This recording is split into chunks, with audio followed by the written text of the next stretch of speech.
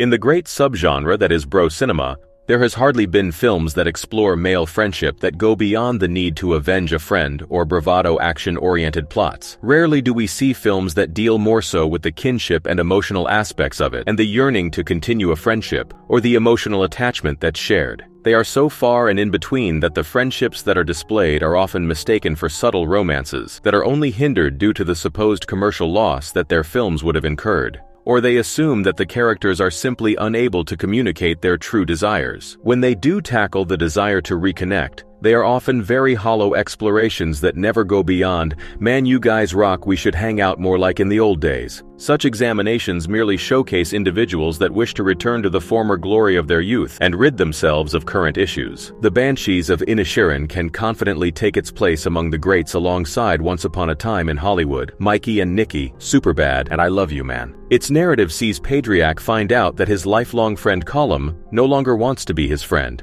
He even threatens to take a finger anytime he speaks to him. What follows is Patriarch pondering their friendship and what he might have done, as the explanation he was given seems so odd to him.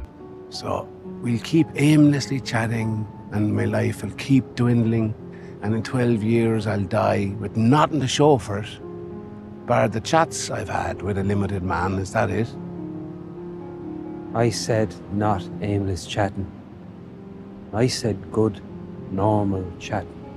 Colum is clearly wrestling with depression stemming from his upcoming mortality and the reality that he won't be remembered or valued beyond the people closest to him remembering him for his drunken nights spent with someone who's not exactly the brightest. This fear manifests in both self-harm and depression. His supposed simple-minded comrade seems to come to the conclusion that he's suffering from depression rather fast, but can't really communicate it that well as the cause doesn't really make sense to him.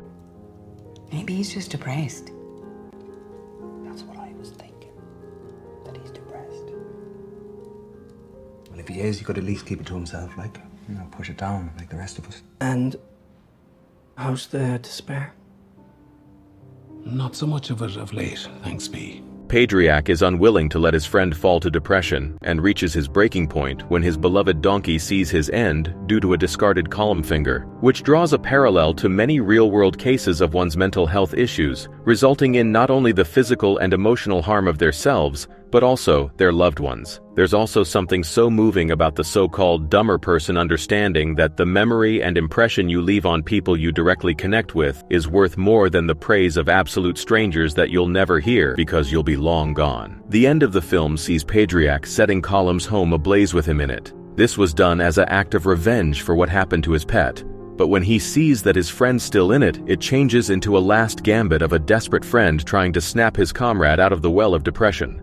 It's essentially him saying, "Hey, you want to end it all fine? Let's see if that's the case," which of course results in Colum escaping the house. Undoubtedly, in reality, such measures are a bit much, but in the reality of the film, it's perfectly fine and bared fruitful results. What should follow after is probably a slow but meaningful mending of their friendship. In the end, The Banshees of Inisherin is a beautiful tale of friendship, which showcases the lengths one man will go to save a relationship that spans decades. Much like the Irish Civil War of 1922 that looms in the background, Colum abandoning his supposed crutch is a pointless endeavor that undoubtedly would have resulted in nothing but hurt and a few songs. Undoubtedly, the whole film can be viewed as a metaphor for that war. Do you agree with my explanation of The Banshees of Inisherin? Comment down below if you do or don't.